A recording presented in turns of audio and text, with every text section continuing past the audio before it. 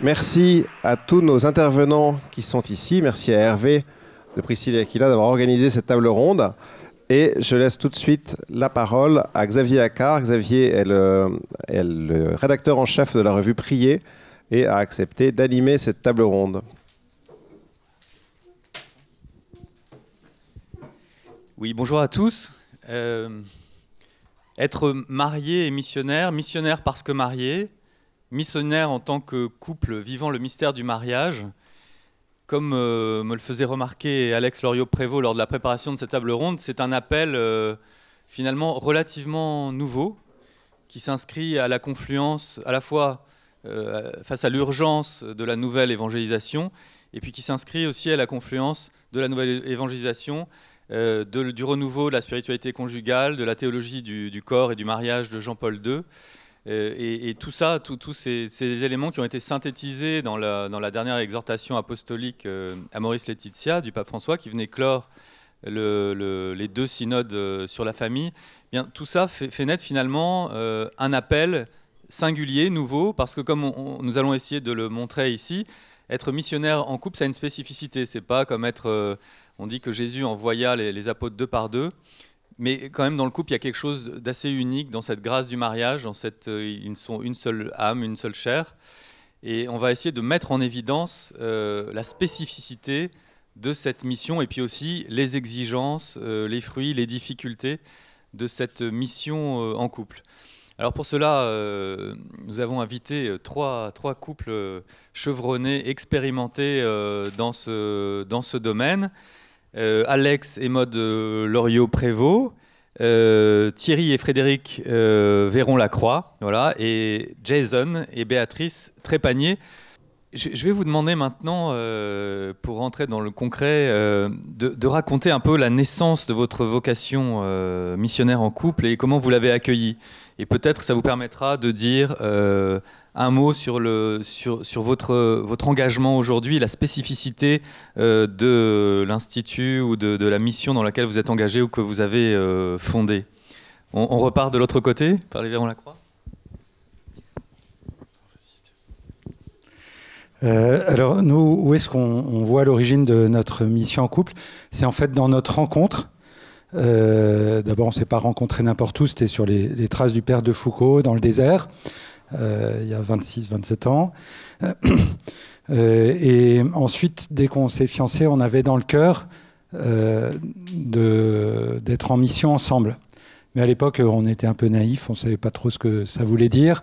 Donc c'était plus un peu une vision utopique que quelque chose de clair.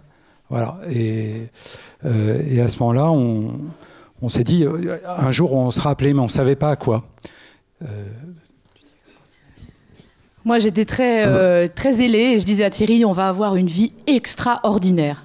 Et mon gars, il fait, bah, écoute, voilà, moi je suis ingénieur et on va d'abord avoir une vie ordinaire. Alors, je regardais, je lui dis, oh là là, bon, bah ok, on va essayer. Non, pour tout ça, pour dire que vraiment, on a pris le temps de construire en fait une vie conjugale et familiale plutôt classique, on va dire, pendant tout un temps, ou pendant 12 ans, Thierry bossait chez Michelin. Et c'est vrai que ça nous a beaucoup aidé à construire ce qu'on vit aujourd'hui, sur des bases solides, conjugales, j'ai envie de dire. On prenait le temps de se connaître, de faire avec nos joies, mais aussi avec nos difficultés, de se confronter aussi à nos blessures respectives. Je pense que ça, c'est tout un business. D'ailleurs, ça continue, hein, c'est pas toujours très, très simple. Voilà, on a vraiment appris à se connaître profondément et à faire alliance l'un avec l'autre. Ensuite, le processus de discernement, sans trop prendre de temps, mais on ne savait pas trop à un moment. Bon, pendant 15 ans, on a vécu cette vie ordinaire, et en même temps, il n'y avait pas une année qui s'écoulait sans qu'on reparle de le jour où on fera quelque chose. Et à un moment, on s'est dit, soit on arrête d'en parler, puis on verra à la retraite, soit on s'y met sérieusement. Mais comme on ne savait pas s'y prendre, on est retourné voir le père Samuel Rouvillois qui nous accompagnait dans le désert, et on lui a expliqué, voilà, on a pensé, on pourrait faire ça, ou ça, ou ça, ou ça.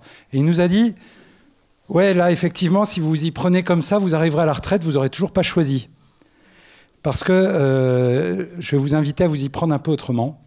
Relisez votre vie et partez de vous-même, de qui vous êtes, de ce que le Seigneur a mis sur votre route jusqu'à maintenant. les endroits où vous êtes sentis à votre place, les endroits qui vous ont rendu heureux, les endroits où vous étiez complémentaires. Faites cette relecture et le Seigneur vous appelle à être dans la continuité de ce que vous êtes. Il ne vous demande pas de changer radicalement. Voilà.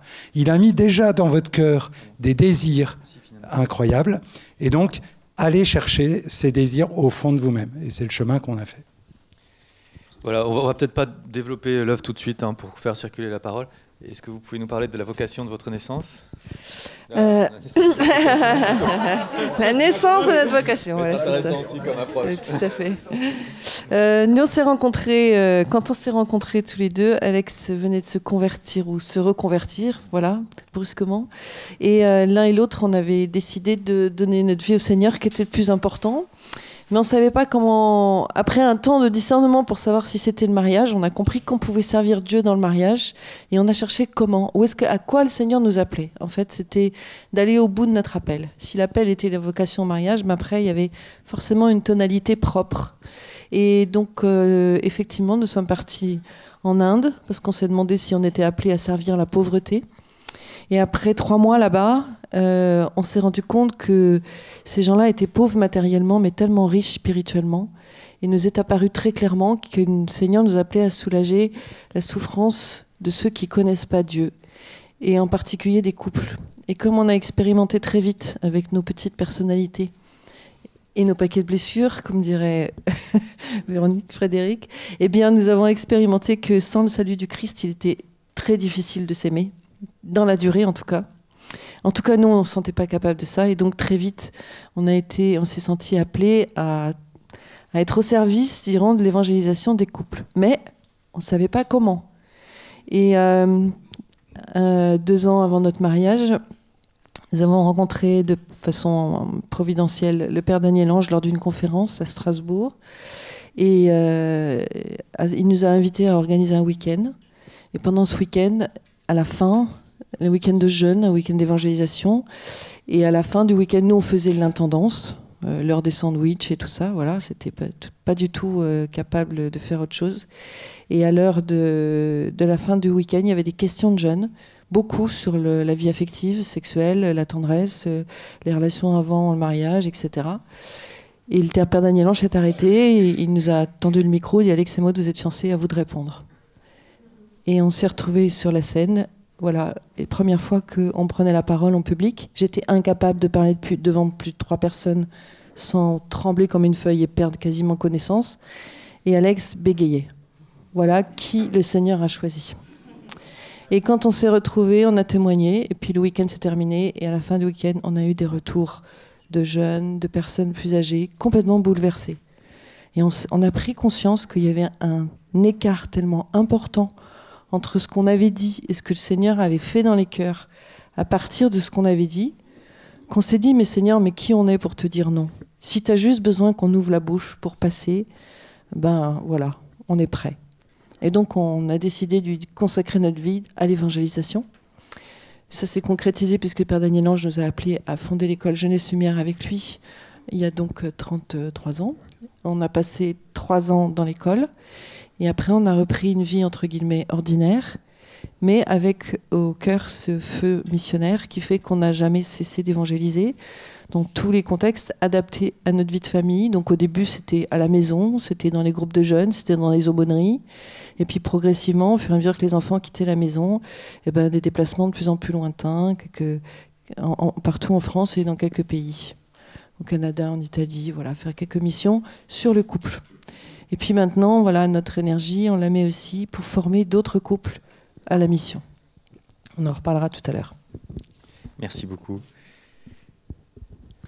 En quelques mots, je dirais que notre rencontre et notre histoire a toujours été marquée à la fois par l'inattendu et la volonté d'être disponible. Et en fait, dès le départ, la rencontre tout à fait improbable d'un Français, d'une Française plutôt, et d'un Américain, au fin fond de la Charente, il faut le faire. Une rencontre à 18 ans, avec tout de suite la certitude qu'on était l'un fait pour l'autre. Lui, en tout cas.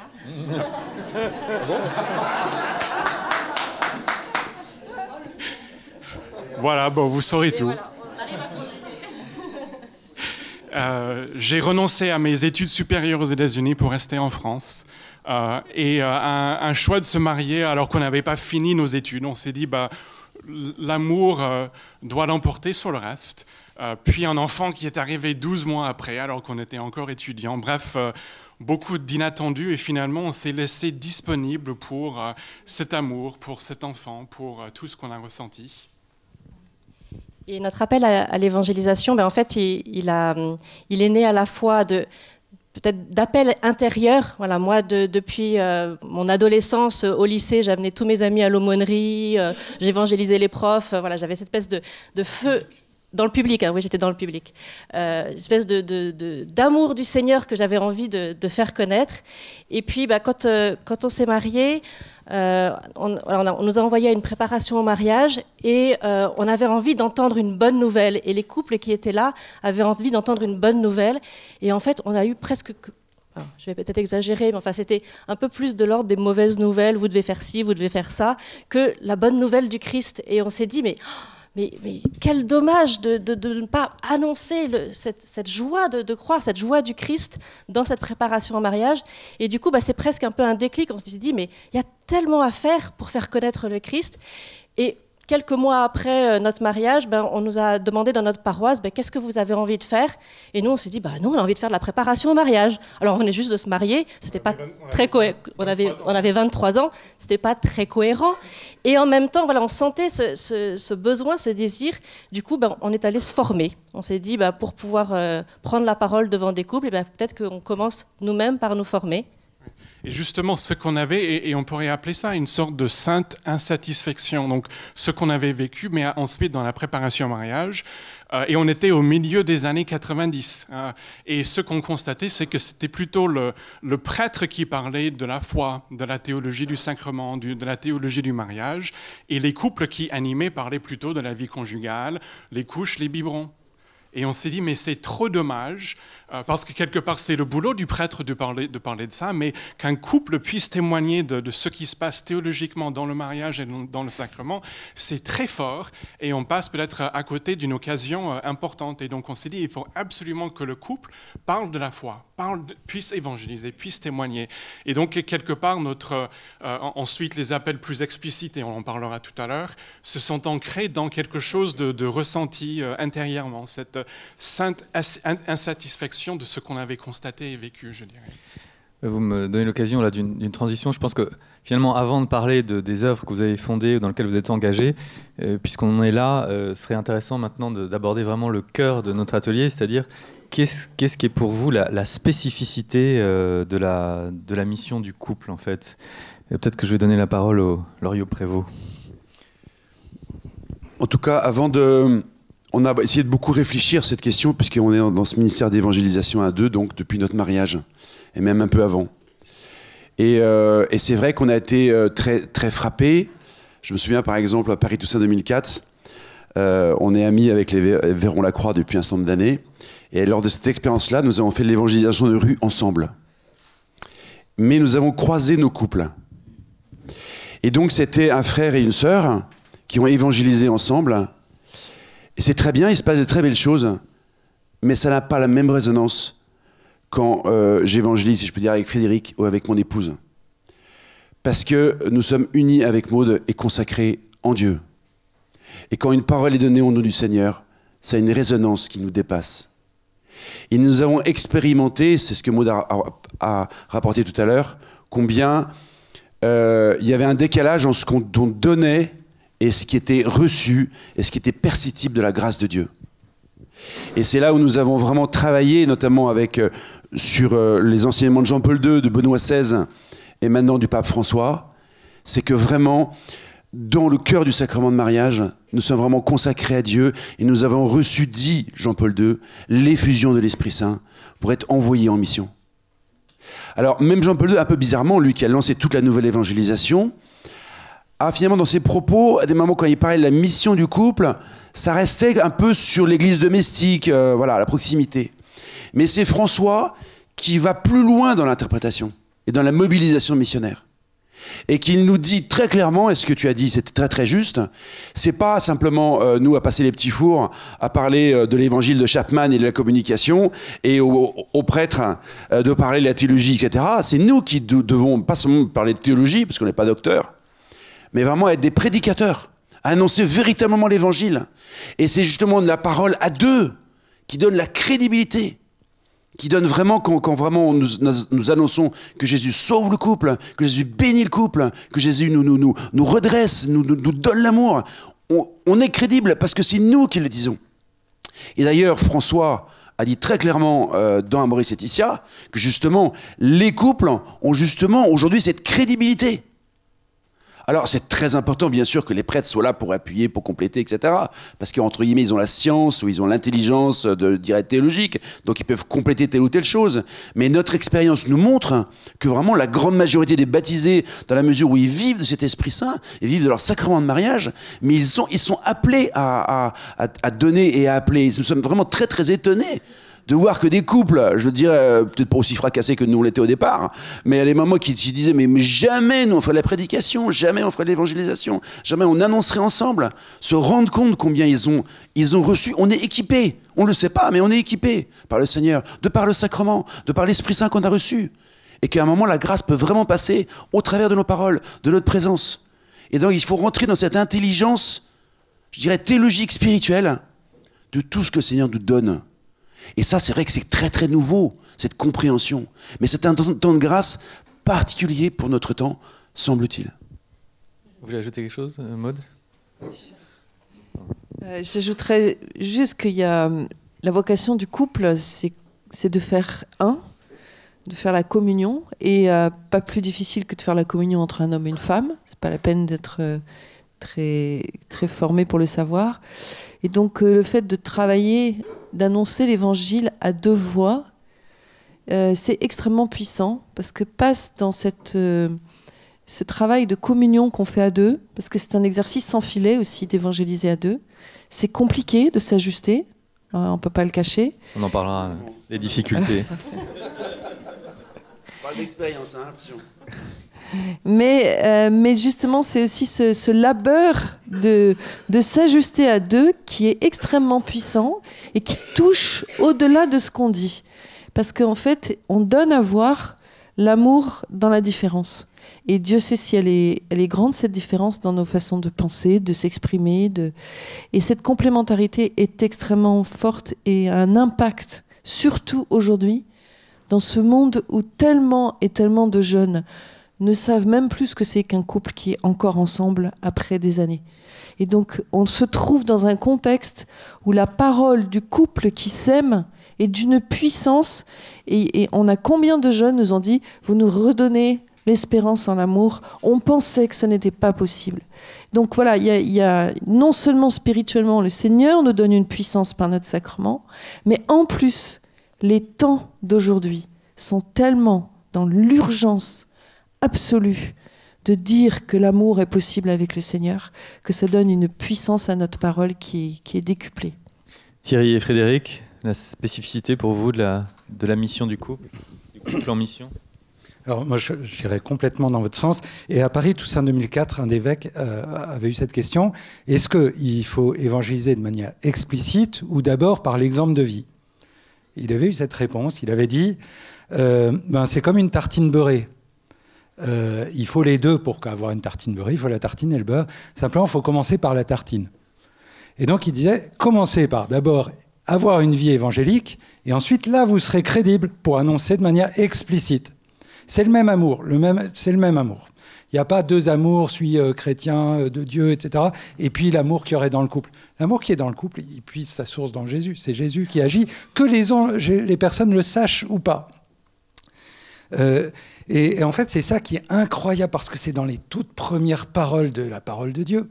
C'est si vous voulez avoir une image de Dieu, si vous voulez savoir qui est Dieu, la Bible vous dit, regardez un homme et une femme qui s'aiment.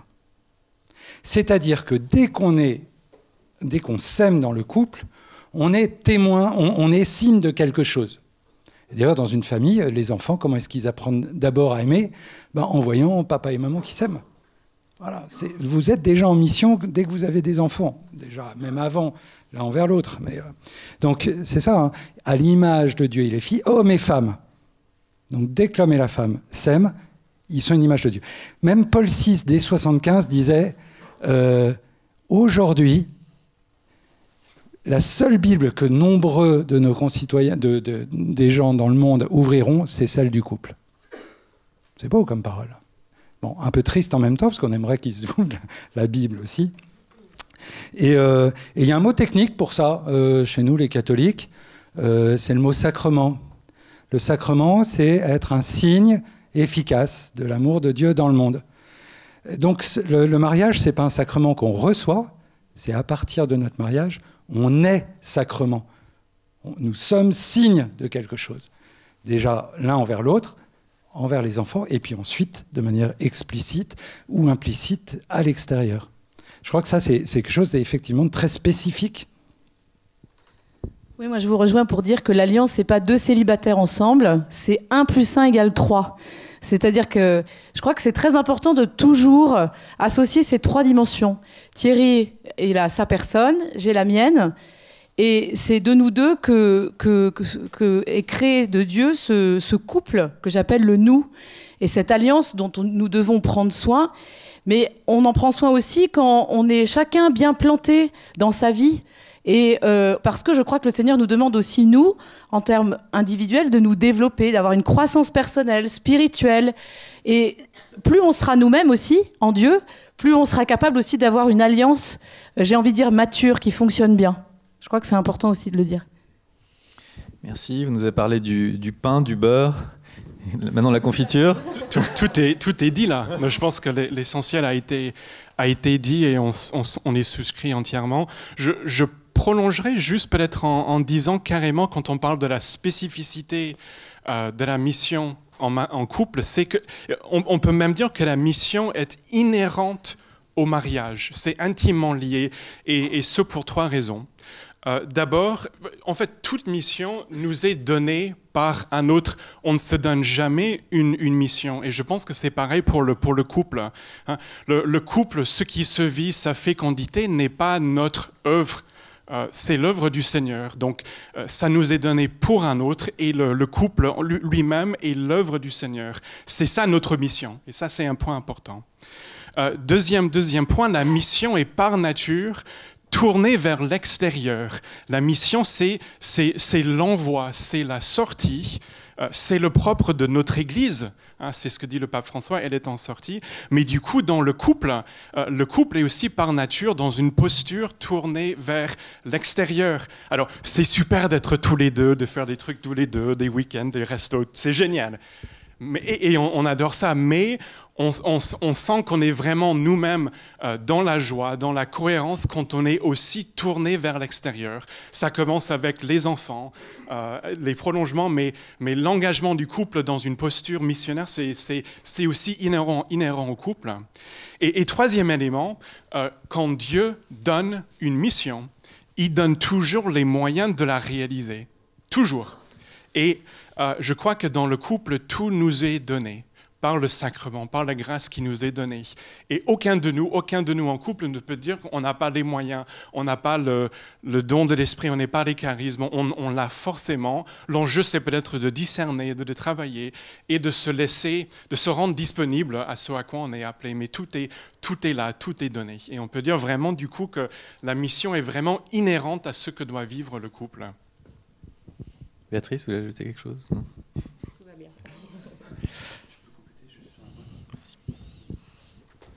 Il y a un point qui me semble très important et qu'on nomme assez clairement, dont on avait un peu l'intuition, mais en relisant Jean-Paul II, ça va même plus loin que cela, pour la mission en couple. La mission, dit Jean-Paul II dans Redemptoris Missio, crée des liens plus forts que ceux du sang. C'est quelque chose de très important. Il le disait de manière générale. Qu'est-ce qui nous lie, époux et épouse? Ce n'est pas des liens du sang. C'est des liens sacrés, c'est des liens de l'amour, c'est des liens de la foi, c'est des liens de la consécration. Et donc ça veut dire quoi? Ça veut dire que pour un couple évangélisé, ce n'est pas simplement la fructification de son amour, quelque part qui est extérieur, Mais c'est que le couple, quand il confesse la foi, quand il missionne, quand il évangélise, il crée, il renforce très intimement, profondément son lien sacramentel. C'est pour ça qu'on différencie pas mal tout ce qui va être militance, engagement, service, etc., de l'aspect mission et évangélisation. On n'est pas dans le même domaine. On connaît tous, on a entendu parler tellement de couples qui se sont épuisés dans la militance, dans le service, dans l'organisation, etc., etc. Et même, parfois, c'est le couple qui en a souffert, voire leurs enfants, qui sont même détournés de la foi tellement ils étaient écœurés. La mission et l'évangélisation n'est pas dans le même ordre. Bien sûr, il faut toujours agir avec discernement. Mais l'important, c'est que la mission, quand on évangélise, renforce le couple, renforce la famille. Et en tout cas, si elle ne le fait pas, c'est un élément de discernement pour dire, là, il y a quelque chose qui ne va pas. Là aussi, vous me donnez une transition parfaite, parce que maintenant, merci, parce que je crois qu'on a tous été touchés par ce que vous dites, c'est extrêmement profond, ça nous éveille, ça nous fait prendre conscience de quelque chose. En tout cas, moi qui suis marié depuis quelques années, j'avoue que ça me touche profondément. Mais on a envie maintenant de rentrer dans le concret. On se dit, mais c'est magnifique, mais comment concrètement le vivre quand on a des jeunes enfants, quand on a un boulot prenant? Comment on arrive à trouver un équilibre pour se donner comme ça à une mission qui n'est pas seulement le rayonnement naturel du couple, mais qui est vraiment un envoi en mission et l'acceptation d'une mission? Qui veut commencer? Oui. Quoi qu'il arrive, je pense que mon conjoint est mon premier prochain. Amen. Amen, Alex. Oui, moi je crois que c'est vraiment... Qu'est-ce qu'il y a? Je suis tout à fait d'accord. Ah, tu es d'accord. Pourquoi je dis ça? Parce que bon, j'ai une expérience de conseillère conjugale, de 10 ans d'expérience d'accompagnement aussi, de couples missionnaires qui sont généreux de ce qu'ils donnent et de ce qu'ils sont. Mais souvent, souvent, ils viennent faire un petit travail de réajustement dans mon cabinet et c'est hyper touchant. Mais l'expérience vraiment que nous avons avec Thierry depuis 25 ans, c'est vraiment qu'on a vraiment eu le désir profond de construire notre relation, notre alliance, en sachant bien que tout ce qu'on vit nous dépasse et que c'est donné. Mais vraiment, comment est-ce qu'on a fait? C'est prendre du temps ensemble, en fait. La gratuité la mission... L'amour de Dieu demande que le couple prenne du temps gratuit ensemble. C'est la première mission du couple, c'est de prendre soin de lui à travers des temps aussi de gratuité. Et je crois que souvent on l'oublie un peu parce que le couple missionnaire, je suis d'accord avec toi Jason, c'est celui qui va aller à l'extérieur. Et c'est vrai que évidemment qu'on y va. Si la maison intérieure est délabrée, si elle n'est pas en état, aller à l'extérieur, ça va fragiliser encore plus le couple. Donc avec ce qu'on est, couple ordinaire, parce que vraiment je le redis, c'est bâtir d'abord sa maison intérieure pour pouvoir ensuite sortir en mission. Voilà comment ce que nous, en tout cas, on a eu le désir de fonder ce couple. Oui, alors très concrètement, c'est parfois dire... sacraliser des moments pour le couple. Voilà, c'est dire tel week-end, on part en amoureux et on va effectivement prendre du temps au restaurant ou faire une balade, etc. Les premiers à en profiter sont les enfants. Nous, on a eu même à un moment une période où c'était un peu tendu et les enfants nous disaient vous prenez pas un week-end en amoureux là prochainement? Voilà.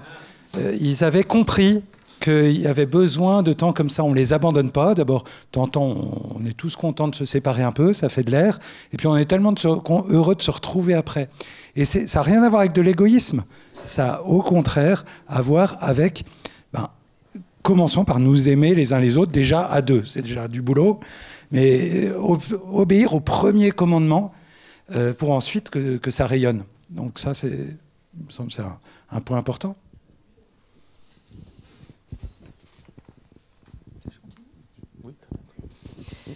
Moi, je dirais que la question de la mission, c'est aussi quelque chose qui fait partie de notre appel. Donc, comment on peut forcément le caser, entre guillemets, dans notre emploi du temps à partir du moment où ça devient un besoin impérieux.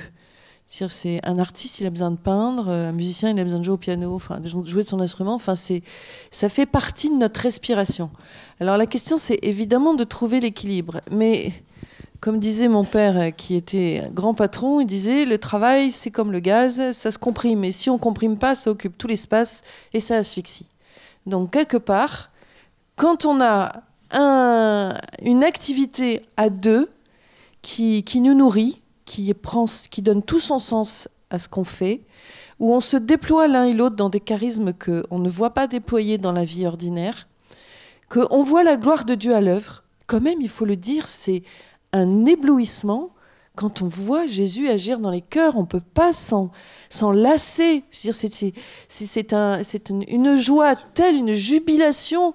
Et c'est pour ça avec Alex, de temps en temps, en se disant, on se sent frères et sœurs d'armes, quoi, parce qu'on va au combat, il y a des moments, c'est rude, et on voit le Seigneur relever des couples. Enfin, franchement, quand on est bouleversé de voir un couple qui était séparé, qui se remet ensemble parce que le Seigneur les a remis ensemble, mais qu'est-ce que vous voulez faire? Vous êtes dans une action de grâce incroyable. Et dans ce cas-là, ça nourrit une énergie, un désir et la joie d'être à deux et la joie de vivre ça ensemble. Donc, je veux dire, il y a aussi des choix, certes, mais quand on voit aujourd'hui des jeunes qui se lèvent à 5h du matin pour aller s'entraîner pour un marathon, je dis, excusez-moi, de quoi on se culpabiliserait de dire moi je passe mes soirées à évangéliser? Enfin, il n'y a pas de problème, je vais pas. Effectivement, c'est des choix. On va moins au cinéma, on va pas au Club Med les vacances. Oui, on fait d'autres choix. Mais t'aimes pas la télé, donc. J'aime pas la télé, donc ça me coûte pas beaucoup. Voilà. Mais je veux dire, c'est juste que le centre d'intérêt du couple se déplace et du coup, ça ne coûte pas. Ça coûte en équilibre.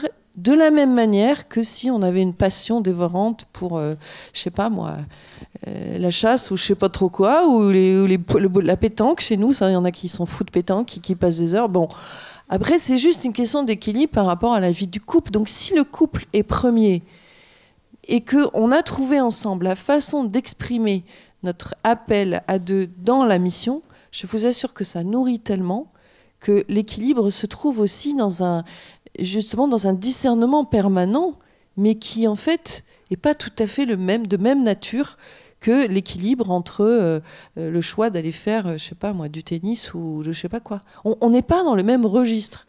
Du coup, le choix est un petit peu différent et on remplit sa vie d'une intensité qui est vraiment magnifique. Merci. Et peut-être par rapport aux enfants, moi je dirais que, en fait, quand on est en posture, en mission, voilà, d'évangélisation, les enfants, et que ça nous nourrit, et que ça nous fait vivre, et que ça nous donne de la joie, comme Maud disait, ben, les enfants, ils comprennent que voilà, ça contribue aussi à notre équilibre, et quand ils nous trouvent heureux et portés par cette mission, ils voient aussi qu'ils sont prêts à nous laisser aussi partir. Maintenant, il y a peut-être à distinguer différents âges et une manière d'être en mission en fonction des âges des enfants. Quand on a des enfants petits, partir à 8h30 en réunion alors qu'ils dorment, c'est pas très compliqué. Quand on a des enfants déjà qui ont entre 5 et 10 ans, ils ont déjà un peu plus envie qu'on soit là, donc il y a une attention à savoir adapter notre engagement à leurs besoins, à leur rythme, être à leur écoute, savoir aussi prendre du temps, quand ils grandissent, quand ils sont en phase d'adolescence, il y a vraiment savoir s'arrêter, dire j'ai prévu d'aller faire ça, ou on a prévu un temps tous les deux, mais tel enfant a besoin de parler, donc on laisse tout tomber, et même si on avait prévu de passer l'après-midi à travailler, on laisse tout tomber pour nos enfants, c'est vraiment la priorité. Quand les enfants deviennent plus grands et qu'ils sont en train de nous dire c'est génial que vous partiez ce soir parce que moi je suis content d'avoir un peu l'air à la maison, c'est bien, et en même temps il faut être un peu vigilant parce que c'est sympa que les parents soient partis, mais c'est bien que les parents soient un peu vigilants. Vous voyez, donc il y a vraiment tout ça à avoir en tête, et c'est vrai que nous, nos engagements, la dose, le degré d'engagement, le degré d'investissement, on a essayé de le doser en fonction de ce que nos enfants étaient capables de vivre. Après, ça n'a pas été forcément toujours facile. On a eu une mission pendant 5 ans dans une maison paroissiale, donc on habitait sur place avec nos enfants. La maison était ouverte 7 jours sur 7, de 8h le matin à minuit le soir. voilà, là, il a fallu qu'on arrive à dégager du temps, et nos enfants, au bout d'un moment, nous ont dit, ce serait bien qu'on ait notre maison à nous quand même, parce que dès qu'on sort, on ouvre la porte, on tombe sur les gens et qui ont envie de nous parler, et qui sont contents de voir des petits-enfants. Bon, voilà, il y a un moment aussi, il faut trouver comment préserver notre famille, préserver nos enfants, et pas trop les dégoûter de nos engagements, en effet. Oui, Jason. Après, je pense que tu as aussi posé la question des équilibres dans la vie professionnelle.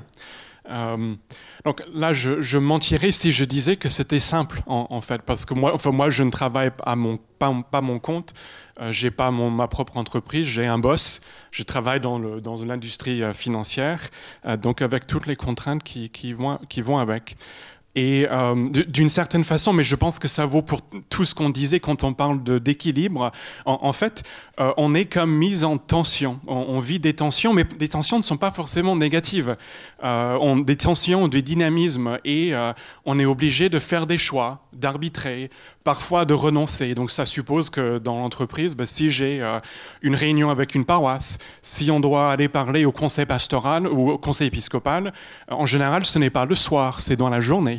Et donc ça veut dire que moi, je vais bloquer des matinées, des après-midi pour aller en mission, pour aller travailler. Donc ça veut dire parfois renoncer à des choses dans l'entreprise. Ça veut dire prévenir mon patron que je ne peux pas être là à telle réunion parce que l'évêque m'attend. Et c'est vrai que du coup, les gens le savent. Ça veut dire que je suis parfois moins disponible, je dois l'assumer. Peut-être ça voudrait dire que je n'aurais pas toujours les opportunités, les promotions que j'aurais eues si j'étais disponible à 100%. Mais c'est un choix que j'ai fait. Alors, je pense que j'arrive à peu près à tenir l'ensemble, mais ça suppose quand même des renoncements. Ça suppose d'être prêt à peut-être sacrifier une certaine partie de la vie professionnelle, mais pas entièrement. Et je ne pense pas que j'ai été pénalisé en quoi que ce soit. Au contraire, je pense que ça va pas trop mal. Et aussi, et ça c'est intéressant, ce sont de vraies occasions pour témoigner quand même de ce qui se passe. Parce que quand mon assistante, elle a une visibilité sur mon agenda, et donc elle voit rendez-vous avec Monseigneur, rendez-vous ceci, dans telle paroisse. Et du coup, ça crée des occasions d'en discuter avec mon assistante, avec mes équipes, avec mon patron. Tout le monde est au courant. Mais du coup, ça donne une dynamique un peu différente qu'il faut assumer. C'est pas toujours évident, et je ne dis pas que chacun peut le faire. Dans mon contexte, je peux le faire, mais il faut accepter de jouer le jeu et faire confiance. On parlait de... Vous voulez rajouter quelque chose ? J'aimerais juste compléter quelque chose par rapport... nos enfants ne subissent pas simplement la mission. Moi, en tout cas, le temps, aujourd'hui, nos enfants ont quitté la maison, mais pendant le temps, ils étaient adolescents, etc. Nous ne partions en mission qu'après discernement avec nos enfants. Ils acceptaient. Et donc, il y avait un dosage, on partait globalement en dehors du diocèse une fois par mois. Mais chose qui était très importante, les enfants, ils attendaient qu'on parte en mission. Pourquoi ? Parce que nous sommes dans une mission d'évangélisation. On annonce le salut. Et on conduit, par la grâce de Dieu, des personnes au salut. Et quand on rentrait, il nous disait « Alors, qu'est-ce qui s'est passé ?» Et il voulait qu'on rapporte les œuvres de Dieu dont on avait été témoin. Et les enfants ont été édifiés, d'abord, ils adorent les histoires, surtout avec Jésus, c'est toujours l'histoire de miracles ou de grâce, de bénédiction. Et ils adorent les histoires, et ils voulaient savoir, alors, qu'est-ce qui s'est passé, le jeune, le couple, le machin, etc., etc. Et les enfants ont été, surtout à cet âge de l'adolescence, ont été en plus renforcés dans leur foi, parce qu'on leur a rapporté les œuvres de salut du Seigneur. Et si effectivement nos enfants aujourd'hui sont missionnaires, c'est parce qu'ils ont vu d'abord l'œuvre du salut du Seigneur dans leurs parents, parce qu'ils sont un peu fracassés ces deux-là, et après effectivement ils ont été témoins de cela. Deuxièmement, il y a une chose qui est très importante, par rapport à ce que tu disais Frédéric, c'est très très vrai, la priorité c'est nos couples, voilà, mon premier investissement c'est mon épouse, enfin j'essaye en tout cas. Mais par contre, la mission aussi fait du bien à mon couple. Nous sommes impressionnés, et ça on n'avait pas du tout prévu ça. On accompagne donc des couples dans la mission et dans l'évangélisation. Et à moi des couples qui n'avaient jamais prévu de devenir couple évangélisateur, et puis qui découvrent le salut, qui découvrent la mission. Et ils nous témoignent un an après, j'ai vécu là la plus belle année de mon mariage. Ils ont 15 ans de mariage. Même le dernier, c'est 44 ans de mariage. 44 ans de mariage. Et ils nous disent, jamais nous avons vécu une telle communion entre nous. Il y a même des enfants qui viennent nous voir, qui nous disent, mais qu'est-ce que vous avez fait aux parents? Ils ont pété, ils ont fumé la moquette ou quoi? Mais c'est incroyable, ils sont amoureux, ils s'aiment, etc. Et donc ce sont même les enfants qui viennent nous dire, c'est pas les parents qui ont un peu flippé, quoi. C'est les enfants qui viennent nous dire, mais les parents ont complètement changé. Donc la mission aussi, toujours avec discernement bien sûr, nous édifie et nous construit, et nous rapproche, et crée de la communion, crée de la complicité. Alors c'est vrai qu'il y a quelques factures aussi, parce que c'est pas, il y a des épreuves et tout, mais voilà, c'est ça qu'il faut voir. Je veux dire, on n'est pas simplement à se dire, allez, on est généreux parce qu'on est chrétien, alors on va se donner. Et puis il y a une facture à payer pour la famille, pour le couple, etc. Non, et moi je suis un peu égoïste. Hein. Quand on veut se faire du bien pour notre couple, on se dit, il est temps qu'on reparte en mission. Thierry, tu voulais ajouter quelque chose? Oui. Voilà, je crois qu'on est bien d'accord, c'est pas ou la mission ou le couple, c'est et. C'est une fécondation commune. Quand le couple va bien, la mission va être autant enrichie de ça par le témoignage, et inversement, la mission vient continuer à aider le couple à faire alliance. Parce que si on se retrouve dans cette mission à être ensemble et à voir les fruits de l'action de l'esprit dans les couples, dans les paroisses, etc., forcément, mais quelle joie, quelle joie. Donc ça nous, c'est et le couple et la mission qui se fécondent mutuellement. Tu as parlé d'un des équipes qui pourrait être que le travail envahisse tout et puis empêche d'être missionnaire. Et je dirais, il faut le voir dans l'autre sens aussi, que la mission envahisse tout et qu'on se prenne pour les sauveurs du monde. Or, il y a une posture quand même qui est celle du serviteur, non pas inutile, les traductions sont mauvaises en général, mais du serviteur non indispensable. C'est-à-dire que s'il y a un truc, on ne peut pas le faire, on n'a pas à s'en désoler, parce que l'Esprit Saint, il trouvera une autre manière d'agir dans le monde. Et franchement, il n'a pas besoin de nous dans le monde. Vraiment, s'il veut faire des choses gigantesques, on n'est pas indispensable. Voilà. Simplement, il a envie très souvent de se servir de nous. Voilà. Donc, trouver cette juste posture du serviteur, mais qui ne se prend pas pour Jésus, quoi. On ne va pas sauver le monde. Il a déjà été sauvé définitivement. Et nous, on va apporter notre pierre. Maud? Oui, je vais juste dire aussi un mot, parce que ça m'a beaucoup touchée dans la dernière des propos du pape François. Il a dit « La famille chrétienne est une famille sauvée qui devient une famille qui sauve. » Et je trouve ça magnifique parce que nous l'avons expérimenté. C'est à travers les fragilités de notre famille. Quand on fait de la mission, on peut aussi évangéliser nos enfants en racontant ce qu'on a vécu, parce que, par exemple, quand on fait des interventions sur la vie affective et sexuelle, c'est beaucoup plus facile de dire aux enfants qu'est-ce qu'on a raconté aux jeunes sur la vie affective et sexuelle que de leur faire le cours à eux. Vous imaginez bien qu'on va pas leur dire bon alors, on va vous évangéliser sur la vie affective et sexuelle. C'est difficile. Donc on est souvent les plus mal placés pour parler de ce qu'on dit, et du coup, en parlant de la mission, on peut faire passer énormément de messages à nos adolescents. Et on découvre, et ça je tiens à le dire parce que c'est vraiment important, les enfants sont très facilement contaminables, entre guillemets, du feu missionnaire et du zèle missionnaire. Et même des tout petits deviennent des missionnaires incroyables. Ils nous ramenaient des poissons à la maison pour qu'on les évangélise. Ils nous faisaient des gros clins d'œil en disant « Parle-lui de Jésus, hein, t'oublie pas. » Voilà. Et capables de devenir eux-mêmes missionnaires. Et après, progressivement, toute la famille rentre dans une dimension missionnaire. Et du coup, même nos prières familiales, elles changent complètement. Merci Jésus pour le beau soleil. Bon, c'est beaucoup plus intense. Seigneur, t'as sauvé tel couple de mes copains. On a prié pour ça, je te rends grâce et tout. Mais ça devient puissant, la prière d'une famille, quand on est impliqué dans la mission. Parce qu'à ce moment-là, ça devient nos tripes. Et je vais même vous raconter une petite histoire incroyable. Un jour, on a été cambriolés en pleine nuit. Les flics ont débarqué, ils ont fait un potin pas possible. Et il y a un de nos enfants qui ouvre le volet en disant « Bon, ça va les parents d'accueillir des couples qui vont pas bien, mais faites moins de bruit s'il vous plaît. » Et hop, ils referment les volets.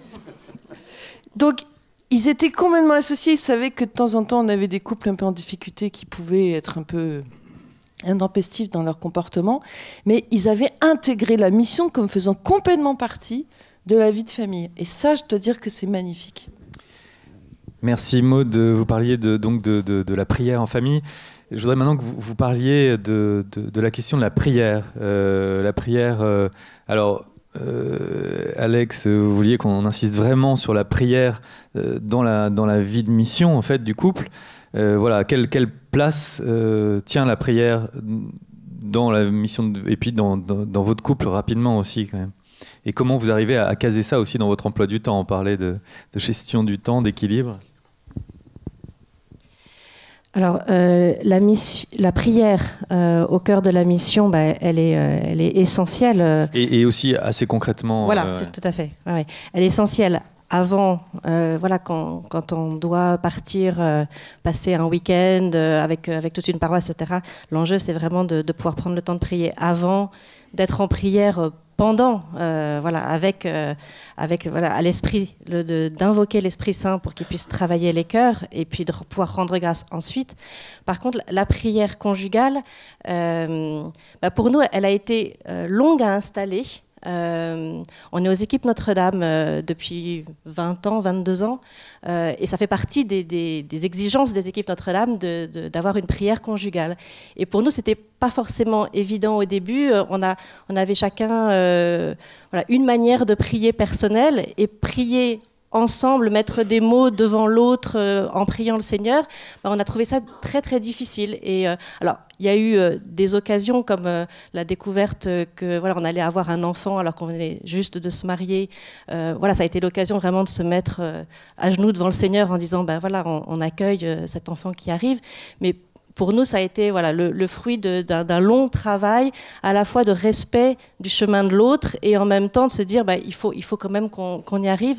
Et le déclencheur réel d'une prière quotidienne conjugale, ça a été l'appel pour cette mission que nous avons reçue en 2011, d'être responsable d'une école pour servir l'évangélisation dans le diocèse de Versailles. Et là, on s'est dit, c'est pas possible, on n'y arrivera jamais. C'est impossible si on ne prend pas le temps de prier tous les deux, et du coup tous les jours d'installer une prière conjugale vraiment régulière, et on rend grâce en fait parce que les appels à la mission, c'est l'occasion de progresser sur le plan spirituel et d'être arrivé à mettre en place cette prière conjugale.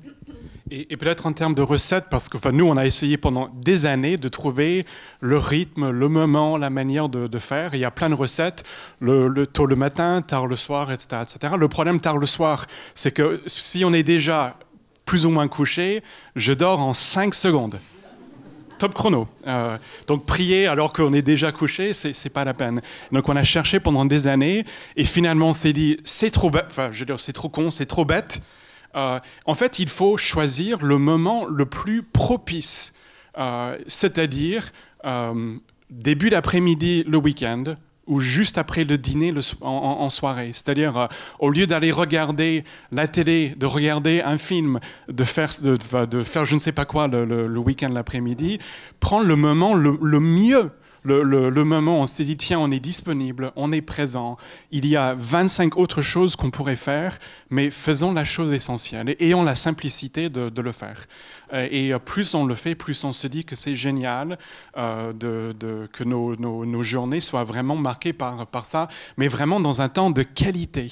On pourrait faire 10 autres choses, mais on fait l'essentiel. Et ça change tout. Ouais, je suis vraiment complètement d'accord avec toi, Jason. C'est vraiment c'est la priorité pour avoir une mission qui soit ajustée. Et notamment, nous, dans ce temps de prière qu'on a et qu'on cherche toujours, il y a des moments où c'est plus facile que d'autres, des moments où c'est assez naturel de prier ensemble régulièrement, puis d'autres moments où c'est plus sec.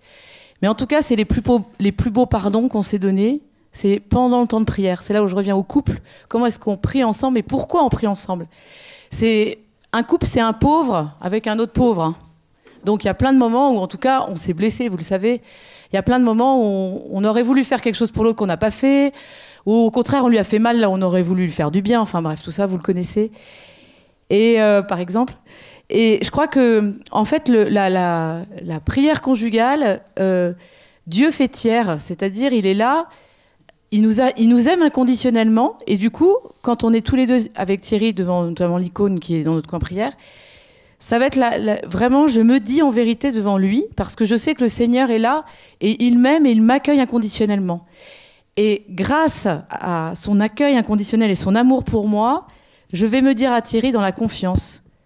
Et donc, je pense qu'il s'est dit là les choses les plus intimes. Notamment, tu disais moment de qualité, mais aussi, ô combien nourriture pour notre intimité à tout niveau. C'est-à-dire que quand on prie ensemble, on fait de l'intime. Il y a une proximité qui est donnée en Dieu, qui est quand même juste, qui, moi, m'émerveille toujours autant et nous dépasse. Pour être très clair, en fait, on commence une prière ordinaire et au bout d'un moment, ça dérive, mais en fait, ça dérive pas. On se parle de nos soucis, de ce qui fait notre vie, etc. Mais c'est donc notre vie quotidienne, mais on en parle sous le regard du Seigneur, en sa présence. Donc, on est forcément plus vrai, le cœur ouvert déjà par le fait qu'on soit ensemble tournés vers Dieu. Et c'est là où il y a de l'intimité qui se crée, parce que le Seigneur est présent, donc je ne sais pas comment dire. Il nous ouvre les cœurs, il nous invite à être vrais, il donne de l'amour à ce moment-là, ce qui fait que, voilà, il y a un cœur à cœur. En fait, il prend soin à notre place de notre alliance. Voilà, puis après on finit la prière ordinaire. Mais je crois que c'est là où c'est l'unité entre la vie de prière et le quotidien. C'est dans ce lieu-là qu'il y a cette intimité qui se fait et cette simplicité aussi. Nous, enfin, on ne va pas rajouter par rapport à ce qui a été déjà dit, parce qu'on est vraiment très en phase. C'est vraiment une respiration. C'est notre premier engagement, c'est vraiment de prier l'un pour l'autre et de prier ensemble. Mais effectivement, je crois que c'est important, ça a été souligné tout à l'heure. Pour qu'un couple soit bien, il faut d'abord que les deux personnes soient bien, aussi dans leur prière. Donc c'est pour ça que nous prenons, c'est notre choix, un temps de prière personnel le matin. Et l'autre, il n'a pas intérêt à venir le déranger parce que c'est nous. Et le soir, c'est pour nous, c'est le couple. Mais on distingue bien ces deux temps, et c'est vraiment important. Et quand nous pouvons, nous avons aussi fait le carré ici le matin. Il y a deux choses sur lesquelles on voudrait insister, qui est vraiment pour nous quelque chose de très important, et qui est un booster spirituel très important dans le couple. C'est de prier l'un sur l'autre, et de prier l'un sur l'autre, et vraiment l'un pour l'autre, et s'imposer les mains. Et ça, c'est très important. Nous sommes, dit le pape Jean-Paul II, nous sommes les ministres de l'Esprit Saint, l'un pour l'autre. Et dans les retraites de couple et dans nos formations de couple, nous exerçons beaucoup c'est vraiment absolument bouleversant de pouvoir prier, vraiment intercéder et puis d'allier le geste. Et un autre point sur lequel j'aimerais aussi insister, c'est qu'effectivement, la prière pour la mission est très importante. Une prière, bien sûr, pour remettre les gens qu'on va rencontrer, parce que ce n'est pas nous qui évangélisons. Nous, la prédication, elle ouvre le chemin de la foi. La foi vient par la prédication. Mais c'est bien l'Esprit Saint qui convertit les cœurs. Et donc, si on ne prie pas l'Esprit Saint, si on ne l'invoque pas, eh ben, les effets, entre guillemets, apostoliques sont très différents, suivant que l'Esprit Saint est là ou n'est pas là. Soit c'est une œuvre humaine, soit c'est une œuvre spirituelle. Et donc, prier avant, pendant et après. Et donc, c'est un point important. Un autre point aussi qui est pour nous important, on le signale rapidement, c'est qu'il faut faire aussi des prières de protection. Comme nous l'avons souligné tout à l'heure, bien au-delà de nos qualités à l'un ou à l'autre, il y a une grâce singulière et puissante qui vient du couple qui évangélise. Et donc, il y en a un qui n'est pas content. Il y en a un qui n'est pas content. Et par rapport à ça, il faut prendre les outils que l'Église nous donne. Et il faut donc être dans une protection. On n'a pas le temps de vous raconter un certain nombre de témoignages qui nous a conduit vraiment à prendre conscience de cela pour nous, mais aujourd'hui maintenant tous les couples que nous formons aussi à la mission, nous les invitons vraiment à dire vraiment des prières de protection auprès des saints anges, etc. Et c'est très important de se mettre sous la protection parce que le Seigneur prend soin de ses brebis.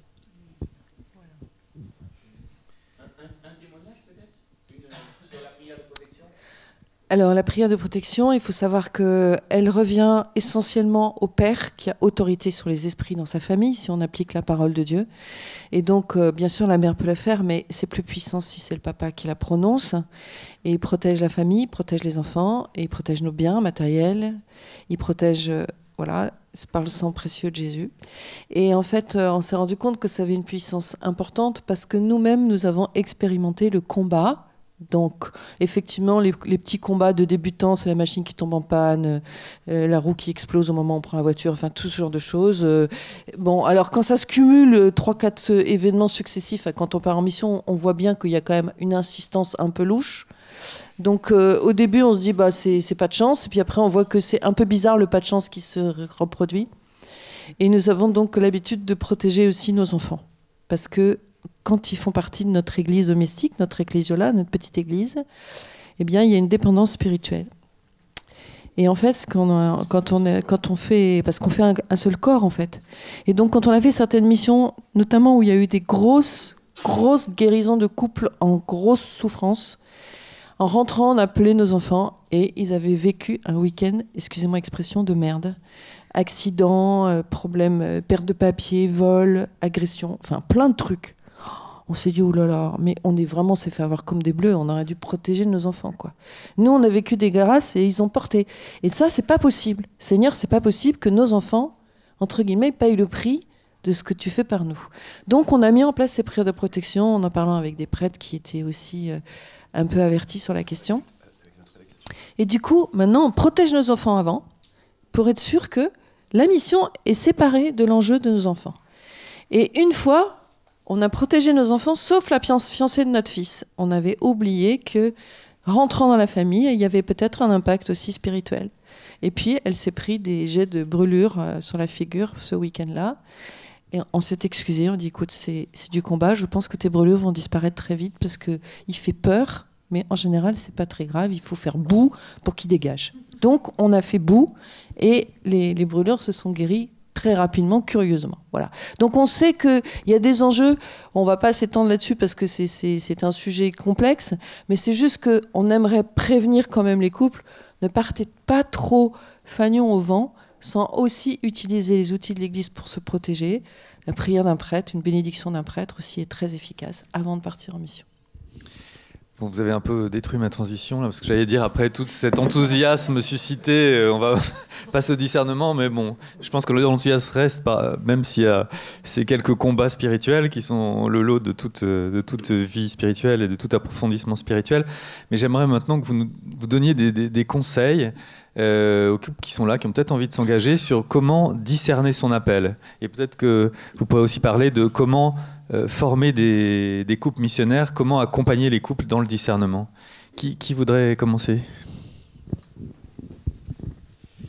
Nous, sur la question du discernement, il y a déjà discerner pour soi, et puis ensuite tomber d'accord avec l'autre. Ça me fait penser à un couple qu'on connaît bien. Ça fait 20 ans qu'ils n'achètent pas de maison secondaire parce qu'il y en a un qui veut la plage et l'autre la montagne. Alors, est-ce que dans la mission, il y en a un qui veut aller évangéliser dans la rue et puis l'autre qui veut partir à Madagascar s'occuper des enfants de la rue? C'est compliqué, vous voyez. Et nous, quelque chose qui nous a beaucoup aidé là-dedans, c'est à nouveau le Père Samuel qui nous avait dit aussi, pour décider, prenez du temps chacun de votre côté. Ça rejoint un peu ta prière, chacun de son côté, et puis à deux. Il faut ces deux temps. Dans un discernement, c'est la même chose. Il faut que chacun discerne pour soi. Et ensuite, seulement on met en commun. Et d'ailleurs, c'est assez vrai pour toute question, tout choix à faire en commun. D'abord, être soi-même, dire moi j'ai ça dans le cœur, etc. L'exposer à l'autre, l'autre écoute jusqu'au bout, et ensuite on change les rôles. Et c'est comme ça qu'on construit un nous. Et qu'on évite de tomber dans le on. Le on un peu... moi, je me souviens de ce couple que j'avais accompagné un moment, et ils étaient toujours dans « on aime faire ça, on ». Alors je disais « on, c'est qui? C'est toi ou c'est toi ?» Et je dis « et toi d'abord, parle-moi toi de ce que tu veux ». Ils se sont aperçus qu'ils étaient différents, ça leur a fait peur. Et ensuite, quand on a continué, ils se sont aperçus que cette différence était complémentaire et que c'était vraiment un travail pour discerner à deux, Mais quelle joie quand on arrive à la solution ensemble, quoi. Donc, il y a ce temps, respecter chacun et ensuite mettre en commun. Il y a un petit schéma de 2 cercles insérés l'un à l'autre qui présente bien ça. Bon, on n'a pas de paperboard, je ne sais pas si vous voyez de loin, c'est ça que je dessine depuis le début, pour que vous le voyez de loin. Mais il y a un je, il y a un tu et il y a un nous à construire. Et quand Frédéric disait tout à l'heure la première fécondité du couple, qu'est-ce que c'est ? Souvent on répond les enfants, non. C'est d'abord le fait de faire couple, c'est ce nous. Le fait de dire nous allons ensemble en mission, nous allons... voilà. Parce que aussi dans la mission, le risque, c'est possiblement de le vivre comme 2 célibataires l'un à côté de l'autre. On a eu plusieurs moments avec Thierry de décalage, en fait, de place, de questions de place aussi, et de moments où l'un ou l'autre, soit pour pour des raisons XY, n'était pas connecté de la même manière que l'autre pour pouvoir avancer ensemble de la même manière. Et vraiment, je vous le dis, c'est le secret numéro 1 du bonheur, c'est ça, c'est ne jamais faire que sacrifier pour la mission le sacrement de mariage. Je m'explique quand je dis ça. Il y a eu des moments dans ma vie où moi j'étais pas bien, j'ai été malade à un moment, etc. Si Thierry part devant tout seul, et c'est arrivé à certains moments, parce que lui il était dans le feu, le zèle, et puis il avait une bonne santé, et puis il était bien, il avait des grandes capacités, et ben il y a eu des moments où moi j'étais moins bien. Et il y avait un vrai décalage de possibilités, d'énergie, de temps à donner. On reste ensemble dans la mission. En l'occurrence, nous, on était ensemble dans cette mission. Et il y a eu plusieurs moments où j'ai dit à Thierry, « Oh, m'oublie pas, je suis derrière, là. » Mais si t'es tout seul devant, ça va pas le faire, quoi. Parce que l'essentiel, c'était qu'on reste dans un cœur à cœur et spirituel, et puis de vie conjugale qui devait être première, quoi. Donc, voilà, ce décalage-là, il peut arriver, il est normal. Il faut du dialogue. Il ne faut pas garder pour soi en disant c'est pas grave, ça va passer, je vais obéir à la mission et je dis rien. Non, faut causer, faut aller voir l'autre en lui disant oh, où est-ce que t'es ? Moi je suis là, tu me vois pas, je suis là.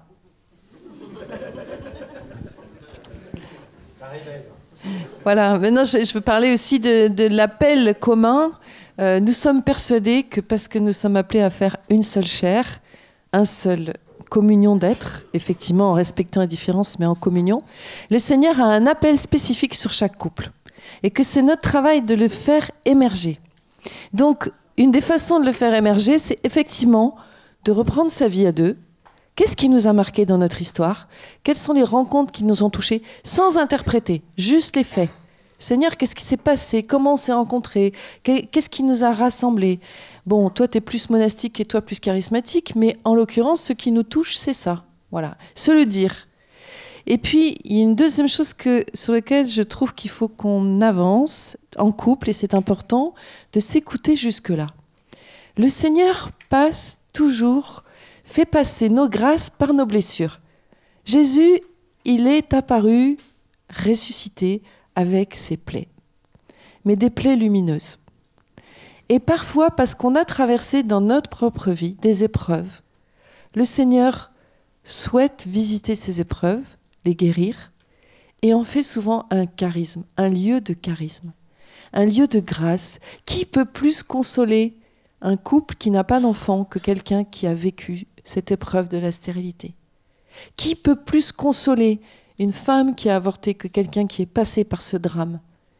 Donc, c'est parce que nous remettons nos blessures au Seigneur que le Seigneur peut en faire des lieux où sa grâce va passer avant la nôtre, avant nos projets. C'est pas un projet. L'appel du couple, c'est un appel, une élection. Et donc, cette élection, elle se fait et à travers nos fragilités, nos blessures, et à travers quelque chose qui doit nous tenailler. Quelle est la souffrance que vous ne supportez pas et que vous voulez soulager ? Quelle est la blessure de ce monde qui vous heurte, qui vous empêche de dormir, comme disait le pape Jean-Paul II ? Comment pouvons-nous dormir en paix en voyant telle blessure ? Et chacun a une blessure privilégiée qui va le toucher. Nous, c'est les couples. Un couple qui se sépare, c'est des nuits blanches. Alors que pour d'autres, c'est la pauvreté matérielle, c'est la détresse des conflits, de la guerre. Pour d'autres, c'est l'honnêteté dans le travail. Pour d'autres, c'est la vérité de l'information. Peu importe. Mais quelle est la révolte qui monte en vous par rapport au regard que vous portez sur ce monde? Il y a fort à parier que le Seigneur vous appelle là. Parce que ce qui est moteur de la mission, c'est pas la volonté de faire quelque chose pour le Seigneur. C'est la compassion pour ceux qui souffrent. D'une ou d'une autre blessure, peu importe. Et donc s'écouter à deux en disant « Quelle est ta révolte ? Quelle est ta colère intérieure ?» Mais la juste colère, la colère qui dit « Non, je ne veux pas laisser ça. » Eh bien, si on veut être des petits veilleurs sur la vague, vous savez, c'est Moïse qui tienne les mains en l'air pour que la victoire soit gagnée. Eh bien, il faut effectivement qu'on prie, mais on prie parce qu'on a ça dans les tripes, pas parce qu'on se dit que c'est bien de le faire. La mission du couple, elle est motivée par quelque chose d'extrêmement puissant, la compassion, qui nous étreint l'âme. Saint Dominique passait des nuits en prière. Que vont devenir les pécheurs? Eh bien, vous, si vous fermez les yeux, si vous priez ensemble en couple, qu'est-ce qui vous habite comme détresse? Et vous avez envie de supplier le Seigneur pour que ça ne se produise plus. Eh bien, à partir de là, tirez le fil. La vie, si vous vous ouvrez à cet appel-là que le Seigneur met dans votre cœur, qui est présent, qu'il faut juste faire, je dirais, émerger, alors vous allez voir que les événements vont vous conduire après. Mais il faut s'y préparer intérieurement pour que quand le métro passe, on rentre dedans au bon moment. Et donc le Seigneur, il fait toujours précéder le métro par des trains qui sont dans notre cœur, où on sent qu'il nous appelle et qui commence à nous travailler. Écoutons ce travail dans nos cœurs. Et quand on le vit à deux, c'est magnifique parce qu'on a l'impression d'être enfin à sa place. Alex, rapidement. Bon, ça reviendra. Sur la... Non, Jason. Oui.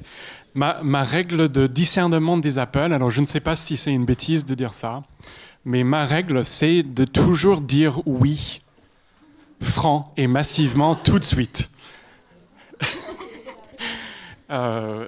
Mais effectivement, après, on ne peut pas toujours dire oui, mais je pense que dans mon cas, c'est toujours un oui. Mais en relisant les choses, je pense que c'est parce qu'il y a probablement une sorte de conscience de mes aspirations profondes.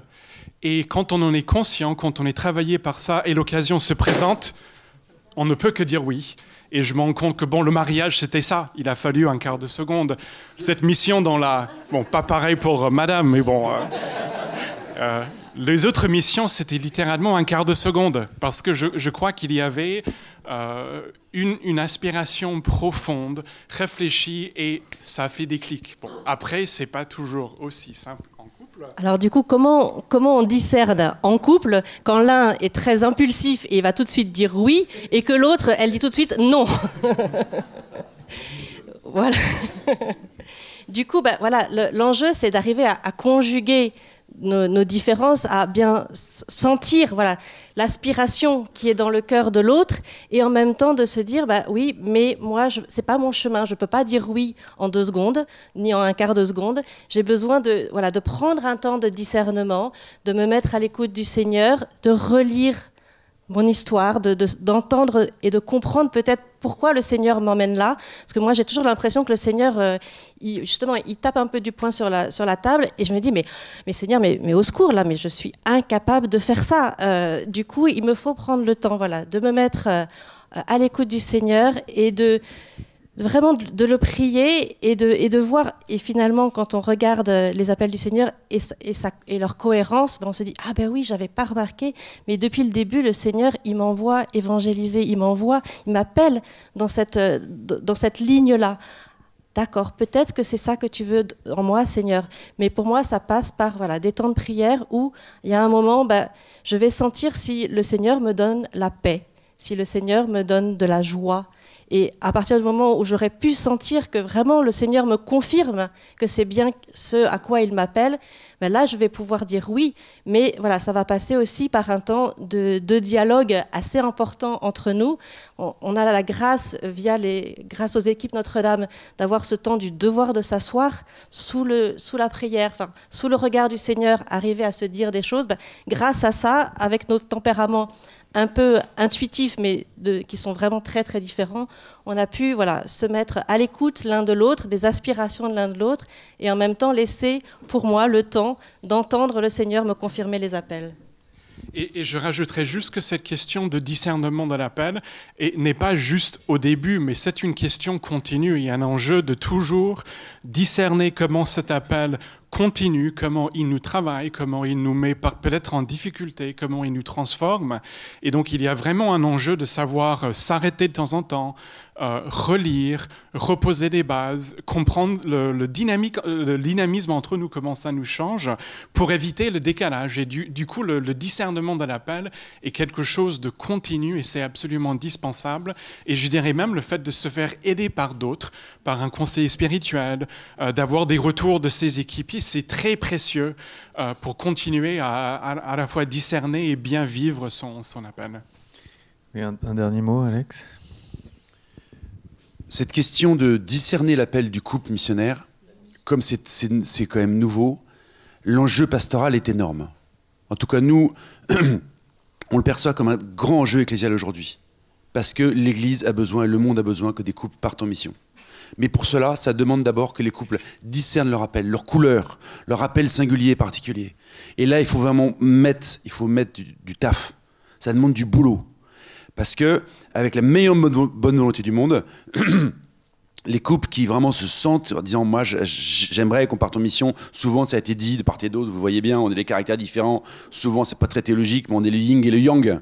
Donc mais il y en a un qui est tout feu tout flamme, l'autre est beaucoup plus réservé, donc forcément, souvent c'est un peu deux contraires qui s'aiment, c'est comme ça qu'on a construit nos couples.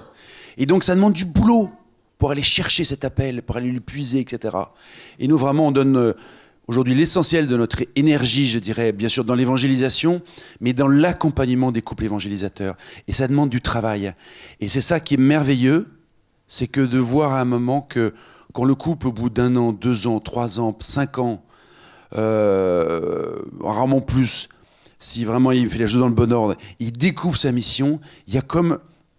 C'est ça qui est merveilleux, c'est que c'est une mission qui va se dilater, en plus qui va porter du fruit, parce que c'est pas son choix humain, mais c'est le choix du Seigneur.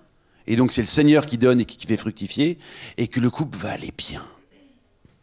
Parce qu'un couple, quand il découvre son appel missionnaire, la Trinité, c'est pas simplement la somme de Jésus, de l'Esprit Saint et du Père.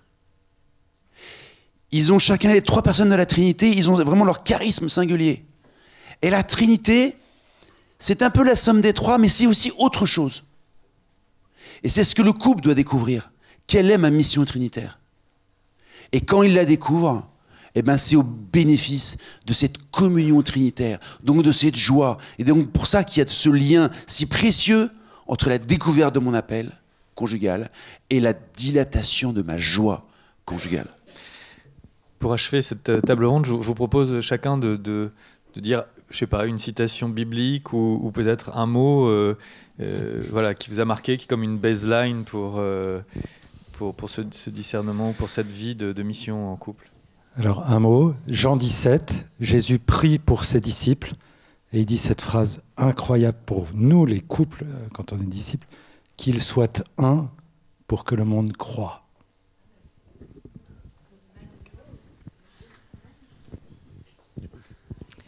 Moi, je prendrais l'évangile de Cana avec Alex. C'est un évangile qui nous est cher parce que c'est l'évangile du salut. Ils n'ont plus de vin, il n'y a plus d'amour.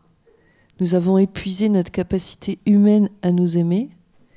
Et Jésus, voyant notre bonne volonté d'avoir rempli nos jarres d'eau, eh bien, vient le changer en un vin meilleur. Donc, le meilleur jour pour mon amour avec Alex est toujours celui de demain. Juste un mot, comme la Vierge Marie, fiat, oui.